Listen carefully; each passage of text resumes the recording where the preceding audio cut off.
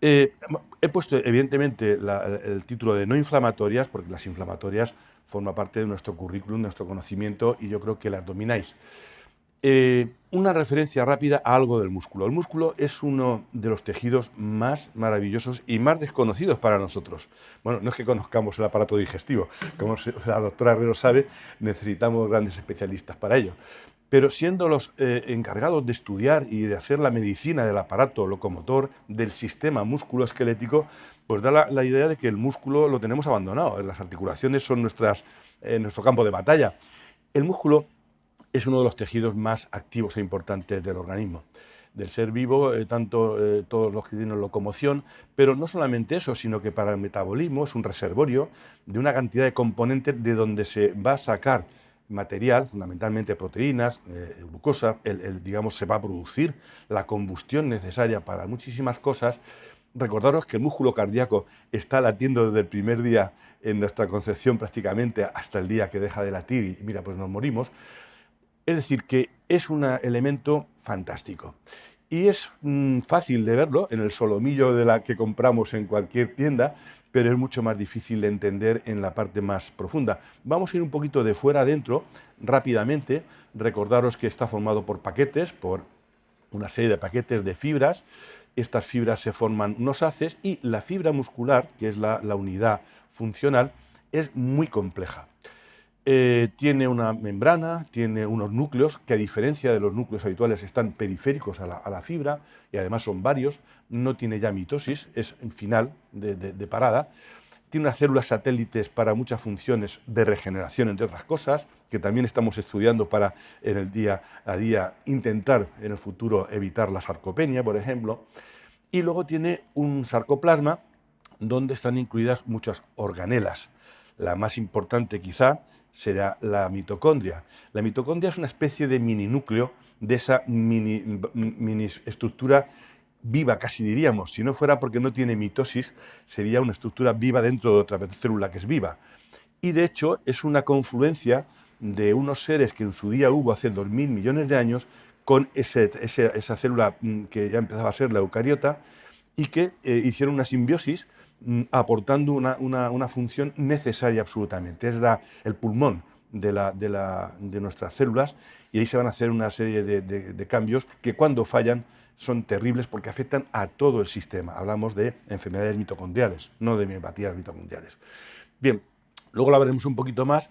En la unidad funcional, hemos dicho que es la miofibrilla, que tiene una parte específica que llamamos sarcómero, que es una unidad donde hay unas fibras especialmente dedicadas a la contracción por unos mecanismos que yo sigo sin entender, pero que necesitan energía, una disposición especial, un deslizamiento especial al cual le ayudan otra serie de proteínas, que no son la actina y la miosina, para que se pueda producir.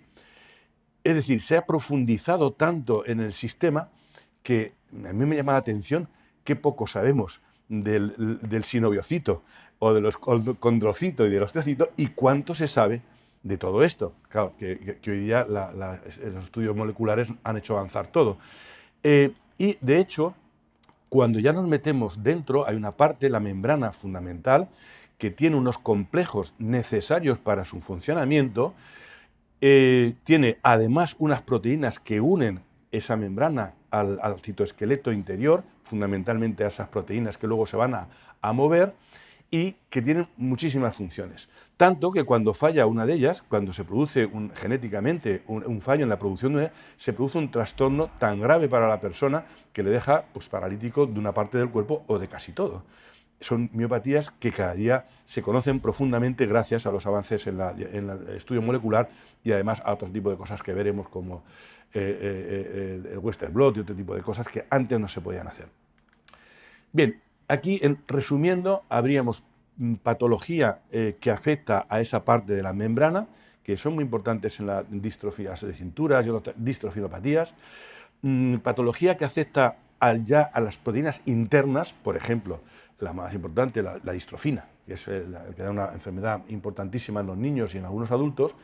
Y luego hay otro tipo de patología que afecta al sistema energético, donde están incluidos todos los principios inmediatos, ¿no? Los lípidos, los carbohidratos y también ese funcionamiento especial de la mitocondria. Ya nos da una idea de que hay 3 tipos de patología. No nos olvidemos de que hay otra, que sería la que afecta a esas células que defienden o atacan a toda esa estructura y que dan lugar a las miopatías de origen autoinmune e inflamatorias. En realidad, hablaríamos de enfermedades del músculo o del sistema muscular que no son auténticamente musculares, porque son neurógenas, y cuando hablamos de miopatías voy a hacer simplemente una pequeña clasificación para entender en dónde nos movemos a la hora de investigarlas. Ya hemos dicho que las inflamatorias, que conocéis muy bien, estas de tipo metabólico, que luego repasaremos, están las distrofias que producen algún tipo de problema en la contracción, pero sin gran desestructuración, y luego las que desestructuran toda la arquitectura del músculo, que llamamos distrofias auténticamente, y que pueden ser de varios tipos que luego veremos. Esto sería relativamente fácil de reconocer para nosotros y forma parte de este tipo de patología que hoy no vamos a hablar. Vamos a hacer un pequeño repaso a estos grandes grupos, sin nada más que entrar en detalle, pero para saber qué buscamos cuando estamos buscando algo, hay que saber qué estamos buscando. En las metabólicas vemos a la derecha este complejo sistema, simplemente el inicial para que se saque el glucógeno, se utilice la glucosa y se produzca finalmente el lactato de ácido pirúvico, que es fundamental para iniciar y para mantener la energía de la contracción. Bien, pues cuando en alguno de esos puntos falla alguna de las enzimas fundamentales para eso, se produce una enfermedad que llamamos la glucogenosis. La que más nos interesa por frecuencia y porque realmente podemos diagnosticar fácilmente es el POMPE, que es el déficit de alfa-glucosidasa, y además porque se puede tratar, gracias a Dios, ha sintetizado esta enzima que falta. Cerca de esa, que produce un acúmulo de glucógeno, ahí aparece otra, que es la enfermedad de McArdle, también quizá la más frecuente de las metabólicas en los adultos, muy poco diagnosticada, y que hay un déficit de una enzima que es fundamental para transformar esa glucosa que nos ha dado el glucógeno de los lisosomas. A partir de ahí hay varias que se pueden diagnosticar relativamente fácil cuando hacemos un estudio genético. Bien, las de los lípidos son más difíciles de diagnosticar porque realmente pueden pasar inadvertidas y van a dar clínica en algunos momentos, como veremos, muy concretos, pero que evidentemente se deben a la mala gestión de los ácidos grasos y otros tipos de sustancias de tipo lipídico que necesitamos para la combustión. Bien, ya hemos dicho que la cadena respiratoria afectaría a las mitocondrias, se afectan las mitocondrias y eso da igual a las enfermedades metabólicas derivadas de la miopatía mitocondrial y otras que no voy a entrar. Bueno, entonces esas son rápidamente un vistazo a la de POMPE, sabéis todos que se produce en los niños, pero ese comienzo infantil y en los bebés se va a transformar en el POMPE del adulto de comienzo tardío, que decimos, cuando hay una cantidad todavía importante para mantener durante muchos años la función hasta que deja de ser la necesaria. Tampoco lo sé muy bien por qué se espera tanto a manifestar. Incluso tengo algún familiar de algún POMPE que todavía es mayor y no ha tenido nada. Esto es muy curioso, como veremos no tiene no se sabe todavía muy bien, pero nosotros vamos a ver a la persona que tiene unos síntomas de debilidad, pero que es una enfermedad que no solamente afecta al músculo esquelético, sino que afecta al corazón, fundamentalmente hay que reconocerlo, a los músculos respiratorios, muy importante porque un síntoma inicial puede ser simplemente la disnea, un cuadro de supuesta síndrome de apnea nocturna, que no es por apnea, sino por hipoventilación muscular, y otra serie de síntomas, por ejemplo, pues se puede engrosar la lengua, cosas muy curiosas clínicamente, pero que finalmente da una marcha especial, que dicen en dandinea el paciente, dicen los expertos, porque anda de una forma muy especial al fallarle la cintura proximal, la cintura pelviana, y al fallarle la musculatura espinal. Esto es típico, que aparezca una debilidad proximal con afectación axial. Esto es un caso y además con unas CKs elevadas. Con la técnica de la gota seca, como sabéis, podemos diagnosticar el déficit de alfa-glucosidasa y a partir de ahí podemos enviar al paciente fácilmente para que hagan la genética. Esto es un caso nuestro que recuperamos del hospital de Denia de un paciente ya diagnosticado y tratado allí. Por cierto, que los adultos en general consiguen muy difícilmente el tratamiento porque es muy caro. Las guías clínicas no establecen con claridad cuándo hay que empezarlo. Evidentemente, ahí vemos un ejemplo claro. Hay una hija que ha heredado de la madre, curiosamente, y del padre, dos mutaciones que le hacen tener un déficit severo de la alfa-glucosidasa. Esta señora es profesora de gimnasia y está totalmente asintomática. Lo bonito de este caso es que ya se le ha referido a un centro especializado a nivel nacional para hacer un seguimiento prospectivo anual, por tanto, se detectarán rápidamente daño muscular y se impedirá que llegue al del padre, que tiene un pronóstico bastante malo. Bien, esto es para que sepáis que ahí el clínico también tiene que hacer no solamente el diagnóstico, sino el consejo genético y otro tipo de cosas. La enfermedad de McArdle, que hemos buscado denodadamente a través del test que luego comentaremos, no la hemos encontrado, pero es relativamente fácil. Curiosamente, estos niños son gorditos, muchos de ellos simplemente porque no han hecho deporte de pequeños, porque en cuanto empiezan a hacerlo, tienen un calambre, incluso una hipercecaemia con mioglobinuria, que puede ser terrible. Claro, pues se paran y no lo hacen. Evidentemente, con eso pues resolucionan el problema, porque la glucosa que no tienen, después de empezar, la cogen de la sangre, no del músculo, y pueden seguir funcionando. Por eso, un calentamiento inicial les permite evitar y tener ese cuadro, eso le llamamos segundo aliento. Empiezan a tener molestias, paran, se recuperan porque viene la glucosa sanguínea y hacen el ejercicio básico pues normal. Bien, como sabéis, tienen ECAs aumentadas variablemente, pero podemos diagnosticarla en teoría con cierta facilidad, no ya con la biopsia, sino desde el punto de vista clínico, con ese test que luego veremos del lactato y el test que hacíamos de la bicicleta, del test de la bicicleta. Las lipídicas son más difíciles de diagnosticar. Una muy importante es el de carnitín palmitoil transferasa, y dan crisis también de mialgia, pero es un cansancio y una falta de tolerancia al ejercicio más lento. De modo que muchas veces ni se enteran, por supuesto, pero hay situaciones muy curiosas como el frío, el ayuno, enfermedades intercurrentes infecciosas, anestesia, fármacos, que les produce este problema de la entrada del lípido en la mitocondria y al final da una hipercecaemia y una debilidad importante. Bien, la mitocondria, voy a decir simplemente que sería todo un estudio, una clase o varias para hablar de esa maravilla, con su doble membrana, con su ADN propio, con toda una serie de complejo enzimático, y que viene todo de la programación del ADN mitocondrial, que es un ADN circular, encerrado en sí mismo, que es curiosísimo. Además que viene solamente de la madre. El gameto masculino no aporta nada de esa mitocondria. Una vez las mujeres están ahí dándonos la vida y la mitocondria. O sea que tenemos que agradecerles ese ADN circular perfectamente conocido, donde alteraciones en puntos concretos dan lugar a enfermedades concretas. Es fascinante, pero es así. Y una cosa muy curiosa es que se puede estropear fácilmente porque tiene muy baja reparación. El ADN mitocondrial, hay otro ADN extramitocondrial que también necesita la mitocondria, pero el mitocondrial es fácilmente desestructurable. Hay células totalmente normales en este sentido, hay células que mezclan y hay células que tienen un porcentaje de normal y anormal que se puede estudiar y que es el que determina que ese tejido tenga o no tenga manifestaciones o defectos. Puede ser el nervioso o el cardíaco u otros, el digestivo, por ejemplo. Bien, eso da lugar a toda una serie de síntomas que agrupados dan unas enfermedades que llamamos citopatías mitocondriales, no miopatías, donde en realidad lo más importante es la afectación de otros órganos que aparecen en la infancia, pero ocasionalmente aparecen mutaciones espontáneas. Por tanto, un niño sano puede empezar a tener algo y un adulto también, generalmente no tan grave como esto que estamos viendo ahí.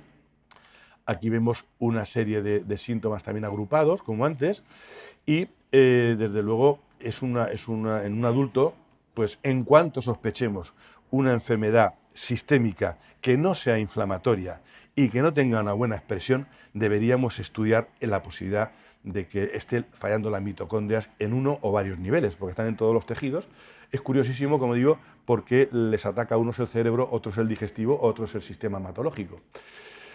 Bien, la intolerancia al ejercicio, que en nuestro caso es lo que nos preocupa, puede ser una manifestación porque es muy importante ese paciente que en ese momento tiene una enfermedad que se dice silente, porque no tiene todos los demás síntomas, pues simplemente puede producir una intolerancia al ejercicio lento, suave, que al principio también puede ser totalmente compatible con el trabajo.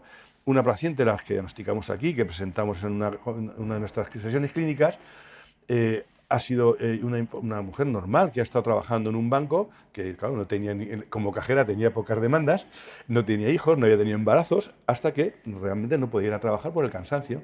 Claro, se mezclaba con que podía ser un síndrome del quemado, que no lo era. No tenía ningún problema psicológico, que lo sigue sin tener.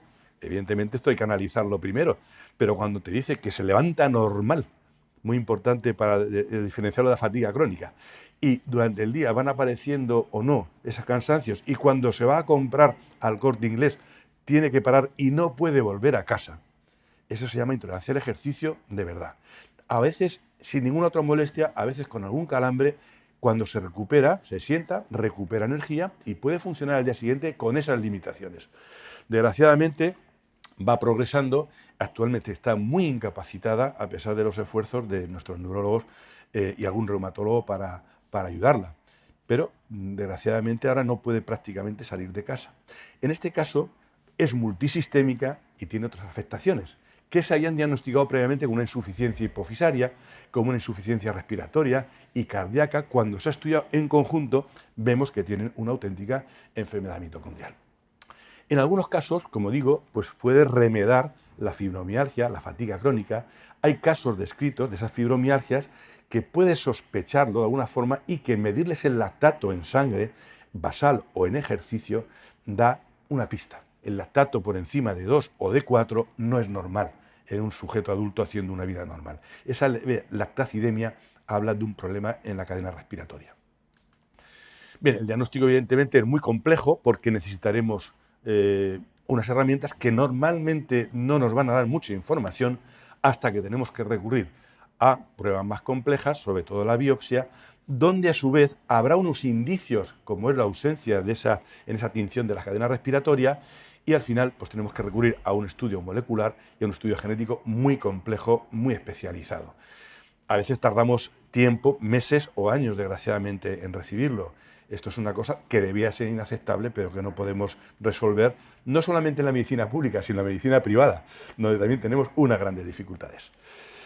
Bien, otro capítulo totalmente diferente son esas alteraciones de la estructura, las distrofias, donde realmente hay una destrucción, una alteración, y luego veremos necrosis, regeneración, todo eso que dice, esto es un patrón distrófico.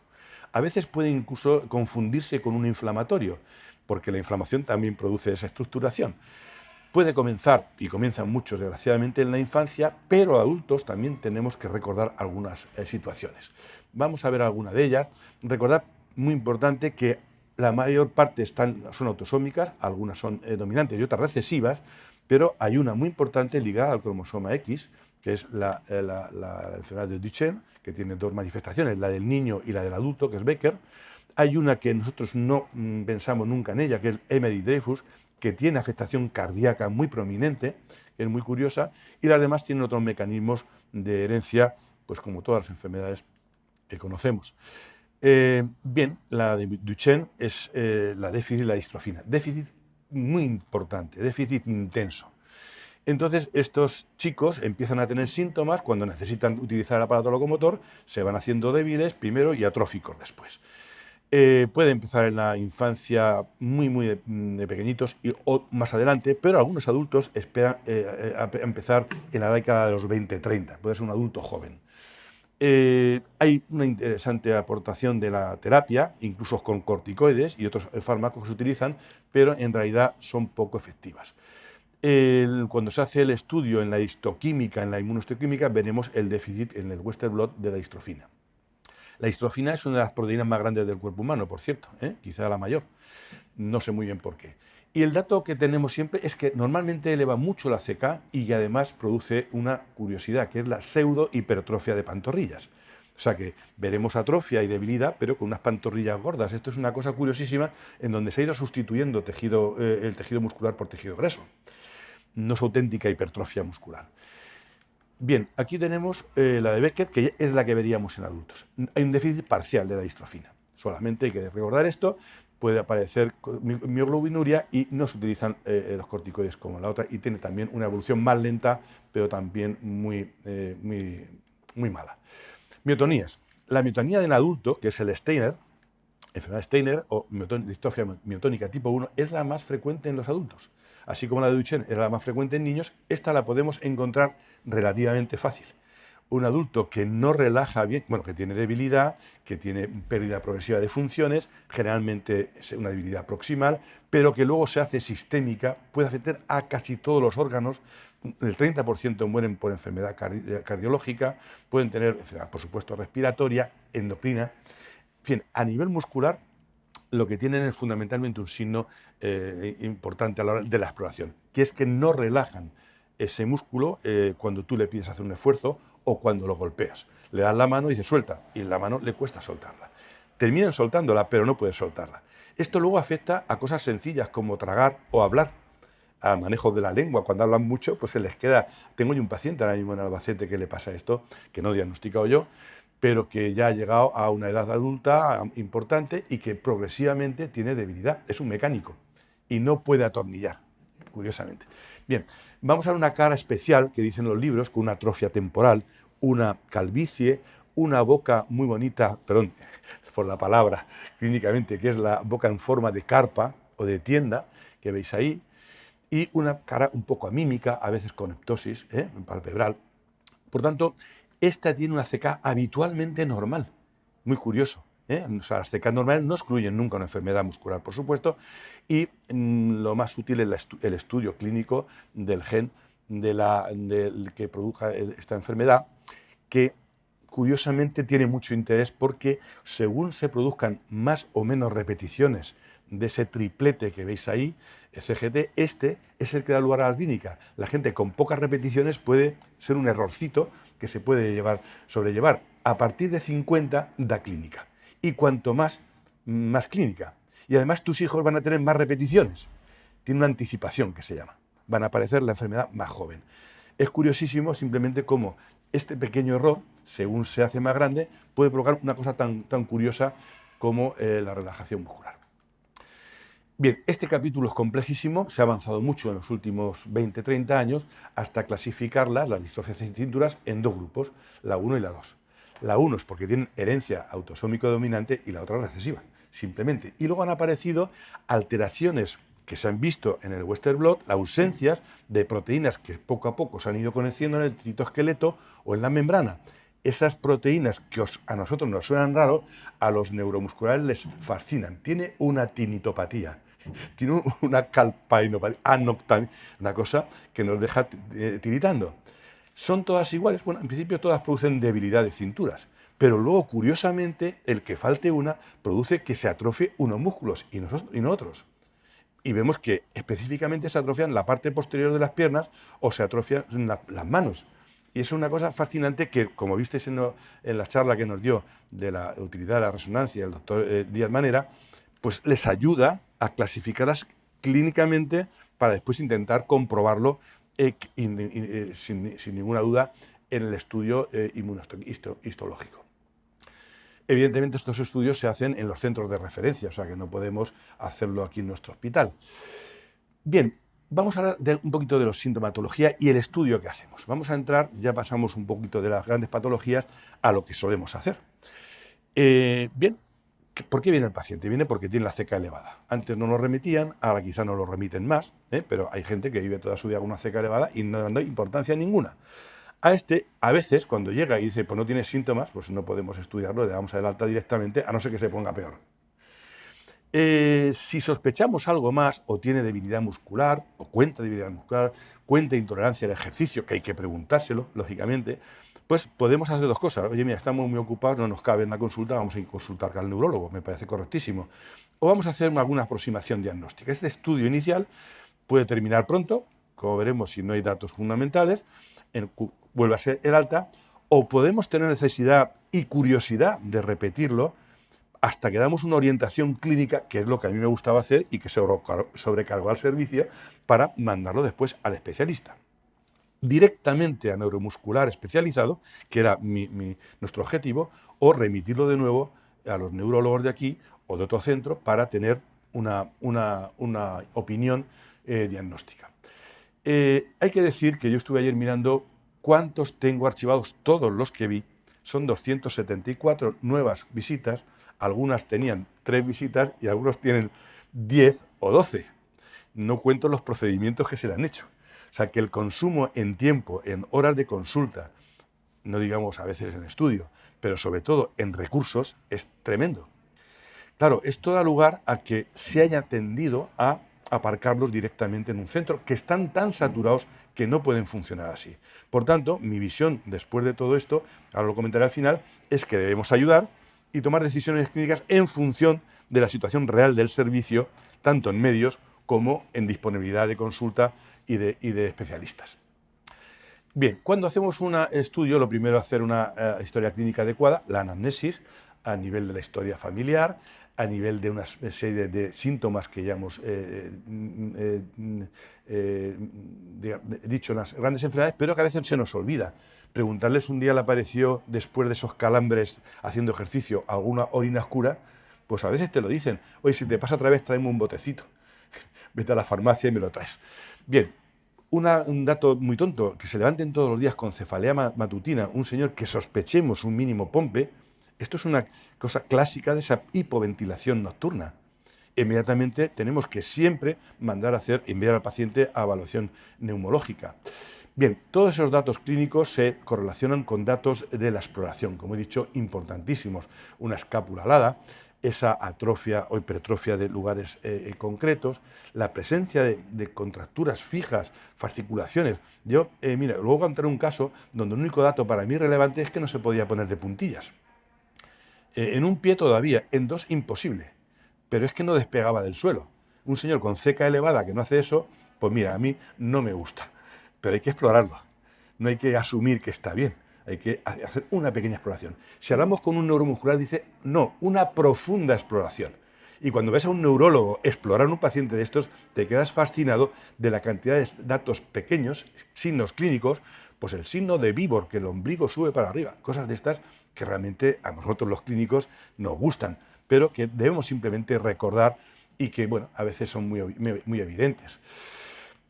Patrones, pues hay un patrón, digamos, de la cintura proximal o escapular. Hay otro que es exclusivamente escapular, como el afacio escapulo-humeral.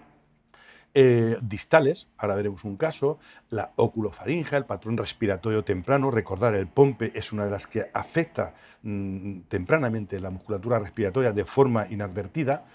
Y luego pues hay gente que tiene la cabeza caída, la camptocormia, casos que hemos visto pasar alguna vez y nos hemos quedado un poquito desestructurados sin saber qué hacer. Bien, estas son unas imágenes muy curiosas del Duchenne, de la ptosis, aquel paciente con la distrofia miotónica, la escápula alada. Fijaros, un chico deportista que aparezca con ese tipo de síntomas y una ceca elevada, pues nos hace sospechar una enfermedad. Otro síntoma muy difícil de evaluar es la fatiga. Más fácil para mi gusto la intolerancia al ejercicio, porque le puedo preguntar cosas específicas. Si se levanta cansado por la mañana, a mí me cuesta admitir que tiene una enfermedad de este tipo. Puede suceder, pero bueno, lo dejo ahí. Y, desde luego, puede tener muchas enfermedades que son miopáticas y que yo tengo que evaluar. Por ejemplo, endocrinas, neurológicas de otro tipo, etc. Cuando pienso en las miopatías, vamos a ver, hemos dicho varios patrones, el del ejercicio intenso rápido, el del moderado lento, y dan lugar a ese tipo de grupos que hemos dicho ya antes. Curiosamente, la miopatía mitocondrial casi nunca eleva las CECAS. Sin embargo, puede estar muy elevada en ese paciente que tiene un defecto de tipo metabólico, sobre todo tras el ejercicio.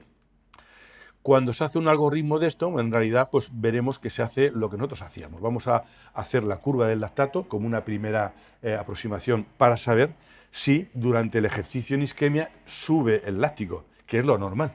Si no sube ese lactato es que tenemos una enfermedad de McArdle, no puede subir en absoluto. Si está bien hecha la prueba, esto ya casi diríamos que es diagnóstico y diríamos que podíamos evitarnos cualquier estudio de biopsia e ir directamente al estudio molecular genético. Desgraciadamente aquí no hemos visto ninguna clara, hemos visto muchas difíciles de interpretar. En aquel cuadro de la derecha os explico un poquito por qué se utiliza también el amonio. Que no se produzca amonio es muy raro porque solamente hay una enfermedad en la que no se produce claramente, Bueno, una persona atrófica evidentemente no produce ni lactato ni amonio. Pero cuando tú ves que una persona no sube el lactato ni el amonio, es que se ha ejecutado mal la prueba. No ha apretado suficiente tiempo, etcétera, o está muy afectado. Entonces, la prueba normal que un lactato afectado del McArdle es que no suba el lactato, pero sí suba el amonio. Otra prueba que intentamos hacer con la colaboración inestimable de nuestras enfermeras es la prueba del ciclotest, que le llamamos nosotros, donde el doctor Wissing demostró que a partir del 7º minuto, una persona normal sigue aumentando la frecuencia cardíaca, en el McArdle baja, porque en ese momento entra en el torrente sanguíneo la glucosa que le falta y baja la frecuencia. Y esto lo tiene comprobado y hecho y comparado con otras miopatías, de forma que quedó como un clásico. Cuando yo conocí al doctor Iben en un congreso en Turín, estaba deseando hablar con él y no había manera. Era un hombre pues de los importantes, ¿no? Y entonces me puse en el buffet libre a su lado. Y mientras cogía la ensalada, digo, hombre, doctor Iben, en mi hospital estamos haciendo esta prueba. Me miró así con un poco de cara y me dijo, genética. Genetics. Digo, vale, pero no podemos, ahí es que no lo tenemos, ¿podemos hacer esto? Dice al final tiene que hacer el estudio molecular, que es lo importante para todas estas cosas. Es decir, estas cosas ya no las utilizan. Lo que sí dijo él en su conferencia es que o eres un clínico que sepa algo de esto, o no puedes dirigir al paciente al estudio genético apropiadamente. Y eso es importante.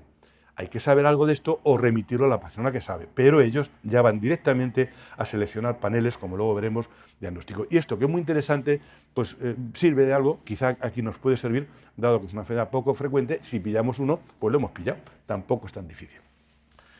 Bien, ¿qué grupo de análisis hay? Pues hacemos de todo, como sabéis, para descartar enfermedades metabólicas de otro tipo, enfermedades autoinmunes, hacemos ese lactato basal y si podemos la curva, que es relativamente fácil, y hacemos un panel de anticuerpos que todos conocéis. El problema es cuando salen positivos y el paciente no tiene ningún síntoma de miositis, ¿eh? Y entonces esto ha sucedido aquí. Y salen algunos raros. ¿Esto qué es? Bien, hay uno que nunca pedimos, o yo nunca he pedido, que es el anti-HMC. ¿Sabéis lo que es esto, no? Esta es la miopatía inducida por los anticuerpos contra la hidroximetilbutaril coenzima A reductasa. Es decir, la que hace el metabolismo del colesterol. Bien, pues esto, cuando hay unos anticuerpos, se puede producir una miopatía que llamamos necrotizante autoinmune. Es una de las que se producen así. La característica es que el paciente que toma estatinas pues empieza a desarrollar unos síntomas que no desaparecen cuando quitan las mioestatinas porque los anticuerpos ya están generados. A diferencia de la miopatía tóxica puramente, esto no es tóxico, es inflamatorio. Y además persiste o aparece después de varios años, con lo cual no sospecha siquiera que es debido a esto. Por tanto, el antecedente de uso de estatinas, podríamos pedir, y se pide ya en los centros apropiados, este tipo de anticuerpos que no son tan difíciles de hacer. ¿De acuerdo? Si es positivo, tenemos el diagnóstico y esto significa que podemos tratar al paciente, una vez confirmado, con corticoides y a veces con inmunosupresores como el rituximab, por ejemplo, e incluso inmunoglobulinas. Bien, el estudio de la hipercecaemia, esto lo sabéis mucho mejor. Tenemos una serie de enfermedades no musculares que pueden dar lugar a la inflamación, a la lesión de la célula y a la extravasación de la célula al torrente sanguíneo de la CK. ¿Cuándo se suele estudiar o cuándo auténticamente se refiere como hipercecaemia? Cuando se eleva de 1,5 a 2 veces el máximo del valor de referencia de tu laboratorio. Recordar que esto es relativamente frecuente o muy frecuente después del ejercicio. Yo tengo una relación especial con el mundo del deporte a través de mis hijos. Me dicen, no, es que siempre aparece la CK, siempre se estropea el músculo. Digo, hombre, para mí esto es un concepto. No se estropea, es que se recupera, pero sale al torrente por el estrés que se le somete, hay un edema, hay una rotura y aparece CKM. ¿Cuánto tiempo? Pues es muy interesante, aparece poco tiempo. Y tiene relación con las agujetas. Las agujetas no son el lactato, es ese edema de la fibra muscular con o sin CK que aparece después del ejercicio. Cuando hay un entrenamiento adecuado en las condiciones de nutrición, de hidratación y de temperatura adecuadas, no se produce casi. Pero el chico o la chica que empieza a hacer el ejercicio o reanuda el ejercicio de forma intermitente, le pasa con más facilidad, estar desentrenado. Bien, pues eso es muy frecuente, por tanto la ceca hay que hacerla después de 15 días de inactividad y de ejercicio para que eso sea de algún valor. Bien, vamos a hablar de otra cosa muy rápida, que es los fármacos que debemos conocer. Hay una lista amplia, casi tendríamos que tenerla en nuestro cajón. He subrayado en negrita algunos que tenemos que usar y usamos con frecuencia.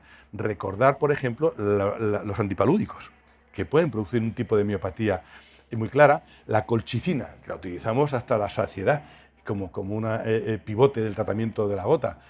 Algunos conocidísimos como algunos fármacos inhibidores de la recaptación de serotonina, algunos antineurálgicos, es decir, retrovirales, por supuesto, hemos visto algún caso, las estatinas, no digamos. Es decir, que las cecas, con toda esta parafernalia de medicación que utilizamos, es un tema interesante. Lo primero que tenemos que hacer es cambiarla, pararla y estudiarlo simplemente. Si le baja la ceca, pues esto tiene que ver con cuando la damos y la quitamos, sabemos que tenemos una asociación clara y que podemos diagnosticarla. Bien, cuando es normal, no excluye una miopatía, como hemos dicho, sobre todo recordar las mitocondriales y la distrofia miotónica, y luego unas elevan más y otras elevan menos. Cuanto más severo es el déficit, más rotura muscular, más distrofia y más elevación. Evidentemente, esto es de lógica. Bien, en el estudio siempre pedimos en este hospital por lo menos la CKMB, porque hay gente que tiene una falsa hipercecaemia. En realidad, cuando la CKMB sale elevada, evidentemente no tiene un infarto, tiene otra cosa, y es que está confundiéndose la técnica, y está muy viendo la de origen cardíaco, la considera muscular. Cuando esto es 25% de la MB de la otra, o más, seguro que es una hipercecaemia, como demostramos en un trabajito donde estudiamos y encontramos 46 casos en nuestro área sanitaria, algunos de nuestro servicio y algunos de servicio de digestivo, porque tenían colitis ulcerosa. Es muy curioso. La hipercecaemia tipo 1 se suele asociar a una enfermedad de tipo inflamatoria y se dice que la tipo 2 a una enfermedad de tipo tumoral. Pero esto no está de todo muy comprobado, pero reconocerlo por lo menos te sirve a decir, esto no es una auténtica hipercecaemia, descartamos otras enfermedades y va a tener toda su vida este dato clínico. Y hay que recordárselo por si un día va a urgencias y en vez de una troponina, que ya no se, le piden una CKMB que ya no se hace. Bien, la gota seca hay que hacerla siempre ante cualquier hipercecaemia. Así conseguiremos diagnosticar algunos pacientes con POMPE. Aquí ese POMPE perdido no ha aparecido, a pesar de que hemos hecho muchas gotas secas. Cuando hay dudas, hay que remitir sangre para que hagan el estudio en leucocitos y luego a veces una confirmación en fibroblastos. Pero en fin, como es tan fácil de hacer, pues podemos hacerla y detectar un déficit de esta enzima. En las series españolas que hay publicadas, en servicios de neuromuscular, que no son nuestros, pueden encontrar a veces entre 10%, 3% de casos de hipercecaemias paucisintomáticas o asintomáticas, donde este estudio era la clave. Por supuesto, nosotros lo vamos a seguir haciendo porque realmente es nuestra obligación. Muy importante, esta especie de frustración que uno vive cuando estudia a estos pacientes, hay que reconocer que la viven los servicios más especializados. En este trabajo se revisa qué diagnósticos se habían encontrado en un grupo de pacientes a los que se ha hecho todo, incluido la biopsia. Bien, pues esos pacientes solamente se diagnosticó finalmente el 55%. O sea, 45%, casi la mitad, se les quedan sin diagnóstico. Esto a mí me parece curiosísimo y además que lo publiquen, porque es que esto es muy serio. Es como decir, esto no sirve para nada. No, danos más medios o vamos a investigar más, porque podríamos profundizar más. Evidentemente ellos dicen que el diagnóstico va a veces en relación o la posibilidad de diagnosticar cuando más altas son las hipercecaemias, lógicamente, y cuanto más joven es el paciente. Esos son los datos que ellos seleccionan como predictores. Bien, técnicas que no vamos a entrar, recordar que una electromiografía puede ser totalmente normal y que en malas manos puede ser totalmente patológica. Y tenían eso de miopatía difusa leve, parcheada, y dicen, ¿esto qué es? Entonces hay que tener mucho cuidado y realmente hablar a veces con el electromiografista y hacer técnicas especiales, etc.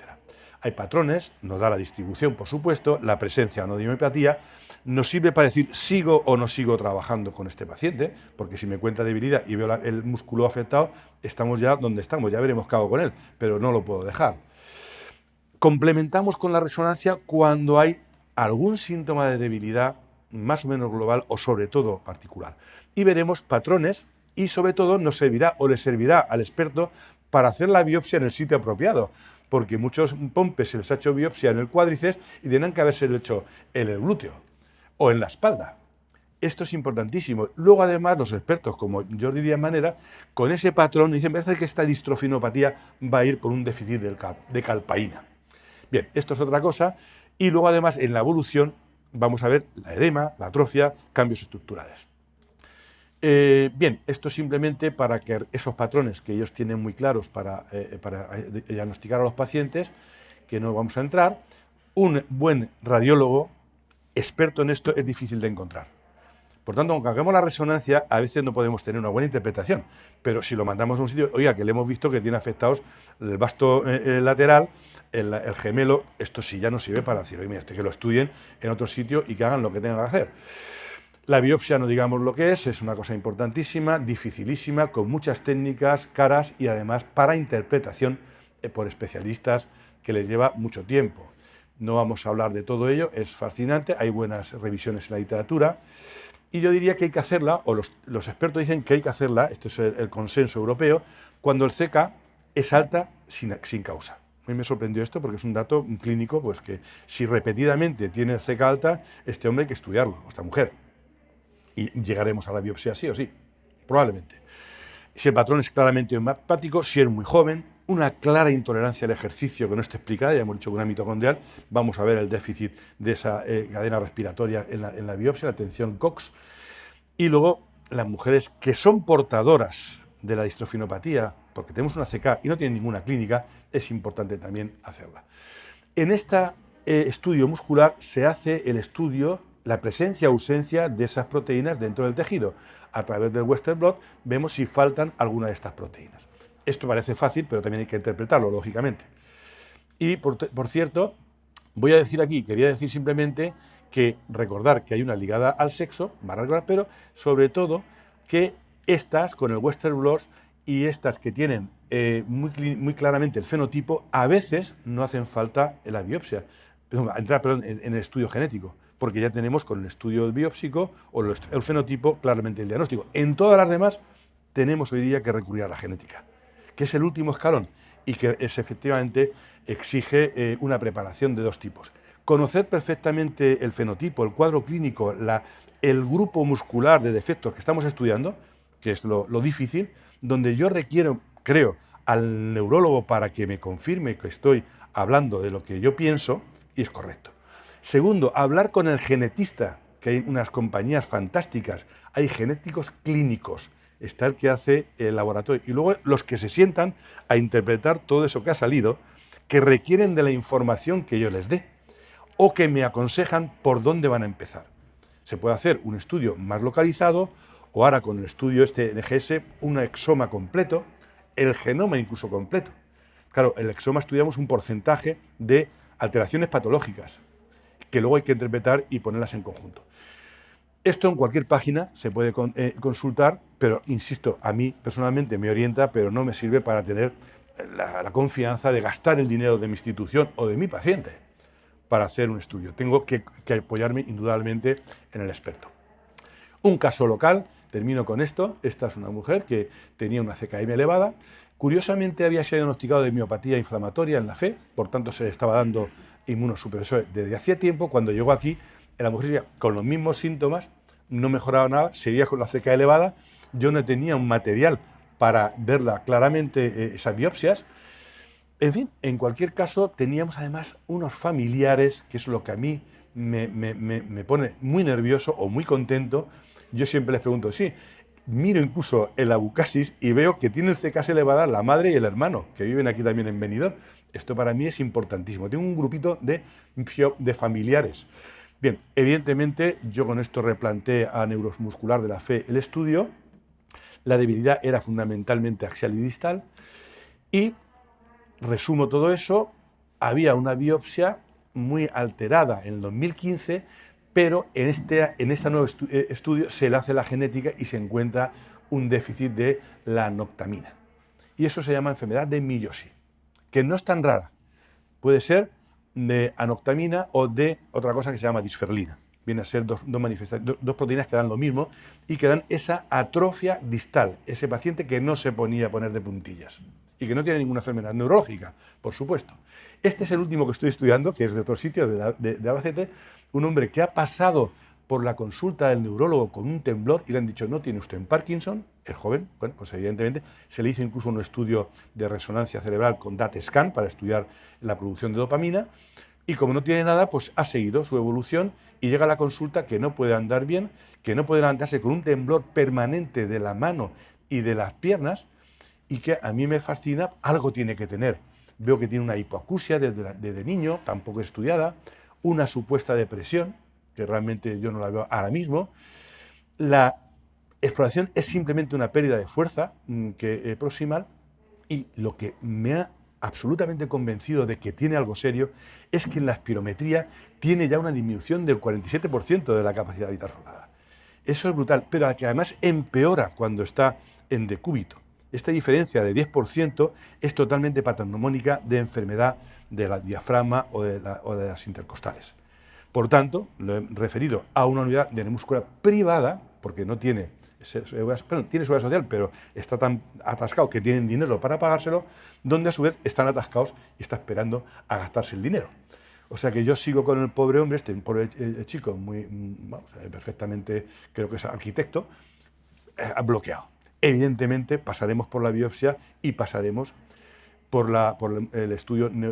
A mí me parece pues, una miopatía mitocondrial, lo que más me parece por esa afectación multisistémica, pero podría ser cualquier otra distrofinopatía de comienzo en el adulto. Curiosamente, un comentario que me ha dolido mucho es que el experto de Madrid, que lo va a ver, que dirige neuromuscular del Clínico de Madrid y trabaja en la Quirón Universitaria, le ha dicho, ¿le han hecho la CK? Y he dicho, pues no se la ha hecho porque la CK ha sido siempre normal. Claro, un señor que tiene debilidad respiratoria, no sabemos si axial y que tiene proximal, lo primero que hay que estudiar es un POMPE. Ah, con CK normal no puede ser. Bueno, pues en una reunión, en un webinar el otro día que me invitaron con el doctor Díaz Manera, que lo han fichado en Newcastle y ya no está en Barcelona, nos repasó el POMPE a los que asistimos allí y le pregunté al final, ¿puede haber un POMPE con CKemia normal? Y dijo, sí. Con lo cual, este martes le voy a hacer, por supuesto, la gota seca en nuestro laboratorio. O sea que fíjate por dónde volvemos a caer en la gota seca, pero que es un trabajo fascinante donde yo puedo colaborar con los neurólogos, por supuesto, y con los neuromusculares para que lleve casi todo lo posible hecho y se centren en lo que tienen que centrarse. Y veamos si tiene alguna solución o se le da algún consejo genético. Curiosamente, y esto no tiene nada que ver, este chico tiene una pareja masculina, es homosexual, y hijos de ellos, de momento, a no ser que se planteen la maternidad subrogada, no van a tener. Pero bueno, es un caso muy, muy interesante que pongo como ejemplo de que estamos ahí. Bien, cuando hacemos por fin todo esto, tenemos que seleccionar, porque cuanto más cosas hagamos, más profundamente llegamos al músculo, más profundamente, más probable que lleguemos al diagnóstico, pero estamos consumiendo tiempo y recursos, que es lo que decíamos al principio. ¿Dónde hay que parar? Volvemos al esquema inicial. Cualquier persona que tenga algún síntoma, que puede ser hipercecaemia, intolerancia al ejercicio o debilidad supuesta, tiene que tener una entrevista clínica y una exploración clínica meticulosa. Si después de eso no sospechas nada o nada importante, y la cecaemia, como hemos dicho, no es elevada excesivamente, repetidas veces en reposo, pues lo podemos dar el alta y decir, venga usted si se manifiesta esto y esto y esto. Creo que es legítimo saber que tiene la puerta abierta del servicio la persona adecuada para seguirla como cualquier otra enfermedad de las que vemos y que estamos dispuestos a reiniciar el trabajo. Si aparece una cecaemia elevada y otros síntomas, tenemos que pasar inevitablemente a dos cosas. O a la consulta con neurología, o directamente a una electromiografía, que tampoco es tan difícil. Nos podemos quedar con la duda, por supuesto, entonces estamos ahí navegando. Si es todo muy light y el hombre no tiene tampoco grandes problemas, también podemos de momento darle el alta, siempre lo podemos ver. Pero si tenemos claramente algo patológico, iremos a una resonancia. Yo pienso que en nuestro medio eso ha resuelto algunos casos, que estaban sin diagnóstico. Me acuerdo un chico que decía, es que yo me canso al darle de la papilla a mi niño. Esto es muy serio. Efectivamente, tenía una resonancia patológica. Fue a la fe y se le diagnosticó. Es decir, de estos casos tenemos varios.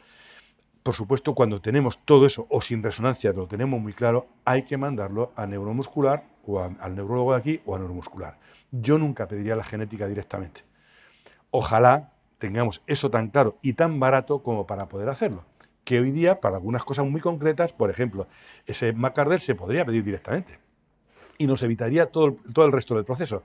Pero hoy por hoy no es tan caro, se puede hacer. ¿Y qué puede costar? Pues mira, el estudio último que una paciente me ha pedido, me ha exigido particular para su hijo que tiene intolerancia al ejercicio, debilidad, un trastorno, bueno, que pueden llamar autismo o del espectro de autismo. El niño está perfectamente, pero no se puede levantar de la cama casi del cansancio. Tiene convulsiones por la noche y tiene una atrofia relativa. Chico, yo me quedo paralizado. ¿Qué hago? Lo está estudiando la pediatra desde los 2 años, ahora tiene 15. Y en mi consulta lo que veo es que hace esto. ¡Paz! ¡Paz! Tiene una hiperlasitud brutal, cumple todos los criterios de una enfermedad congénita del colágeno, en este caso de una de Thanos. Yo pensando eso, pues le he pedido lógicamente a la pediatra que reconsidere y se le ha pedido y se le ha admitido hacer todo el estudio genético a través de la sociedad y tiene evidentemente un Ehlers-Danlos. Cuando vas a estudiar el Ehlers-Danlos resulta que hay muchos síntomas que no son la hipermovilidad y que son sistémicos. O sea que, ojo, la exploración clínica, la ayuda de un buen especialista, y tenemos esa herramienta maravillosa, le ha costado 1.500 euros. Esa señora esa, con lo que lleva gastado desde los 2 años, yo creo que lo ha hecho muy a gusto. Evidentemente no podemos hacer gastar 1.500 euros porque sí. Por tanto, estamos ahí. Lo bonito de la clínica, lo bonito de nuestra profesión es que tenemos que siempre pensar en nuestro paciente, en lo que dicen los libros y en lo que tenemos delante, y si no sabemos preguntar, y si no hacer una sesión clínica. Así es que yo os agradezco que me hayáis dado esa oportunidad, os pido disculpas por lo que hemos hecho trabajar a todo el servicio, pero indudablemente creo que hemos aportado nuestro granito de arena en esta área sanitaria y quiero pensar que también nuestra Sociedad Valenciana de Reumatología, donde vamos sembrando constantemente que el reumatólogo debe saber también de patología muscular. Muchísimas gracias a todos, evidentemente.